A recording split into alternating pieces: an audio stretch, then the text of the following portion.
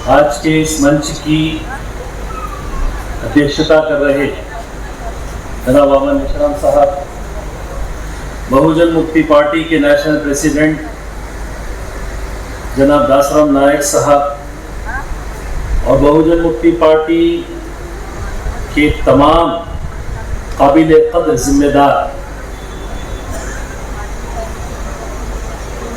साथियों, हम सब जानते हैं कि इंसानों का जो बुनियादी हक और अधिकार है वो बराबरी, इंसाफ, भाईचारा और आज़ादी है।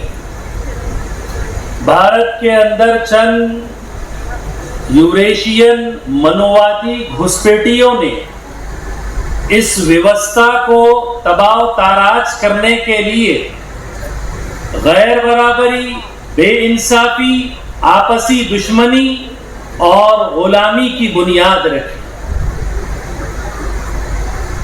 इन्होंने यहाँ के मूल निवासियों को वर्ण व्यवस्था के जरिए वंचित किया और 6,243 जातियों में बांटा और साथ ही साथ इस व्यवस्था को कायम रखने के लिए आपस में मूल निवासियों को लड़ाते रहे, इस्तेमाल करते रहे और इस मानसिकता के खिलाफ में भारत के बहुत सारे महापुरुषों ने अपना योगदान दिया, जिसमें शिवाजी महाराज और साथ ही साथ ज्योतिबा फूले, शाहू जी महाराज और डॉक्टर बी.आर. अम्बेडकर साहब ने नुमाया खिदमात अंजाम दी। और फिर इस देश में 1949 को संविधान लागू कर दिया गया, जिसका सबसे बड़ा मकसद ये था कि जिन लोगों को वर्ण व्यवस्था के जरिए जातियों में बांटकर उनका इस्तेमाल किया जा रहा था, उन्हें SC, ST, OBC और कन्वर्टेड माइनॉरिटी के नाम से जाना जाए और दोबारा ऐसी व्यवस्था कायम न हो, इसके लिए वोट का अधिकार दिया गया। वोट का जो अधिकार है वो शासक बनने और शासक बनाने का अधिकार है। जब तक SC, ST, OBC और कन्वर्टेड माइनॉरिटीज यहाँ के मनुवादी यूरेशियन घुसपैठियों का साथ देते रहे, ईवीएम मशीन का नामो निशान नहीं रहा। जब काशीराम जी ने नारा लगाया, वोट हमारा, राष्ट्र तुम्हारा, नहीं चलेगा, नहीं चलेगा, नहीं चलेगा, और आपने कहा कि गरीबों के वोटों को अमीरों के नोटों से खरीदा जा रहा है, तब ये मनोवादी समाज समझ गया कि SC, ST, OBC और कन्वर्टेड माइनॉरिटीज शासक बनने का ख्वाब देख रहे हैं। और उस वक्त पूरी दुनिया में रद्द की गई फेंकी हुई मशीन को ईवीएम के नाम पर लॉन्च किया गया, जो आज भारत के मूल निवासियों की तकदीर का फैसला कर रही है। ईवीएम मशीन ये मशीन नहीं है, इसने भारत की राजनीति के अंदर एक ऐसा परिवर्तन किया कि हम देखते हैं कि एक तरफ राजा राम है तो दूसरी तरफ सीता राम है, और तमाम रीजनल पार्टीज को एक ऐसे कटघरे पर लाकर खड़ा कर दिया गया कि अगर तुम मनुवादियों का साथ दोगे तो बाकी रहोगे, वरना तुम ईडी, सीबीआई और जेल के हवाले कर दिए जाओगे। साथियों, जब मैं गुलाम भारत में मुसलमानों की रणनीतियों को देखता हूं तो मुझे जानकर हैरानी होती है कि 33% हिस्सेदारी होने के बावजूद मुसलमानों की सोशल, रिलीजियस और पॉलिटिकल जो दानिश्वर तबका था, उन्होंने यहाँ के मूल निवासियों का हर पल और हर लम्हा साथ दिया। मजलूमों के साथ खड़े होने पर फख्र का इजहार किया। चुनाचे जब ज्योतिबा फूले ने तस्लीम का नारा बुलंद किया तो मां फातिमा शेख और उस्मान शेख ने उनका साथ दिया। इसी तरीके से शाहू जी महाराज ने जब रिप्रेजेंटेशन और रिजर्वेशन की बात की तो मुसलमानों ने उनकी बात का साथ सहयोग दिया और इस्तकबाल किया।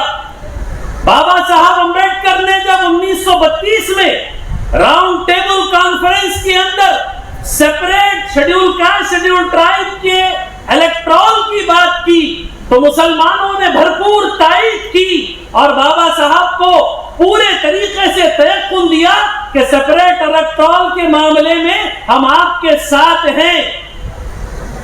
और जब विभाजन की प्रस्तावना कांग्रेस के द्वारा रखी गई तो अल्लाह बख्श समरू ने जो सिंध के प्राइम मिनिस्टर थे उन्होंने कहा कि हमें यूनाइटेड इंडिया चाहिए, हम विभाजन के सख्त मुखालिफ हैं। कुछ ही दिनों के बाद उनका एसिसिनेशन के जरिए कत्ल कर दिया गया। तो साथियों, मुसलमान उस वक्त जागरूक था, लेकिन आज भारत का मुसलमान वो जागरूक नहीं नजर आ रहा है। मजलूमों का साथ और इत्तेहाद देने के बजाय वो मनुवादियों का साथ दे रहा है। उदाहरण के तौर पर भारत के मुसलमान ने 60 साल कांग्रेस को वोट दिया, जिसका नतीजा ये निकला कि 33% हिस्सेदारी रखने वाली जमात 1.5% के कटघरे में लाकर आंकड़े पे लाकर खड़ा कर दी गई।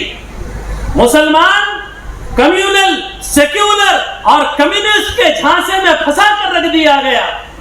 आज मुसलमानों की लीडरशिप अपनी जबान और अपना लक्ष्य और अपनी सोच और अपनी विचारधारा को किसी और के पास गिरवी रखी हुई है। रसूलुल्लाह सल्लल्लाहु अलैहि वसल्लम ने कहा था, अल खरीक तुम पर सारी कौमें ऐसे टूट पड़ेंगी जैसे भूखे खाने पर टूट पड़ते हैं। सहाबा ने पूछा, अल्लाह के नबी, क्या हमारी तादाद कम होगी? क्या हम संख्या में कम होंगे? आपने कहा, तुम संख्या में बहुत होगे, लेकिन तुम समंदर के झाग की तरह होगे जिसकी कोई हैसियत और वक़्त नहीं होती। समाज के दुश्मनों के दिलों से तुम्हारी हैबत निकाल दी जाएगी और जो मजलूम तबकात होंगे वो तुम्हारी मदद का इंतजार कर रहे होंगे। जब समाज के गुंडों के दिलों से तुम्हारी हैबत निकल जाएगी और तुम्हारे दिलों में दुनिया की मोहब्बत और मौत से नफरत डाल दी जाएगी। क्या आज मुसलमानों का इंटेलेक्चुअल दुनिया की मोहब्बत में पड़ा हुआ है? क्या मौत से नफरत करता है? इसकी वजह यह हो गई है कि 27 सितंबर को दिल्ली के अंदर मुस्लिम राष्ट्रीय मंच जो आरएसएस का संगठन है उसका कई एक मुसलमान संस्कार कर रहे हैं, उद्घाटक बन रहे हैं, वक्ता बन रहे हैं। तो साथियों, जबान से बोलने का वक्त है, जबान से बोलिए वरना ये बोली भी रोक दी जाएगी। मुसलमानों से आखिरी गुजारिश करूंगा कि आपने 60 साल कांग्रेस को वोट दिया, आपने सेक्युलर कम्युनल पार्टियों को वोट दिया, कोई आपकी वक़्त और आपके मकाम को नहीं पहचान रहा है। केवल मात्र बहुजन मुक्ति पार्टी और बामसेफ और राष्ट्रीय बीएमएम के भारत मुक्ति मोर्चा के राष्ट्रीय अध्यक्ष जनाब वामन मेश्राम साहब मुसलमानों का इस्तकबाल कर रहे हैं इस पैगाम के साथ कि आइए सारे मजलूम मुत्तहिद होकर आपस में लड़ाई लड़ें। आखिर में अपनी बातों में यही पैगाम देना चाहता हूं कि हक बात की ताईद करूं तो मुजरिम, हालात पे तनकीद करूं तो मुजरिम, तुम जुल्म की ताईद करो तो मासूम, मैं जुल्म की तरदीद करूं तो मुजरिम। आपने मेरी बात को ध्यान से सुना, इसके लिए बहुत शुक्रिया। अस्सलाम वालेकुम, जय मुल्लिवासी। धन्यवाद जनाब फहीमुद्दीन साहब।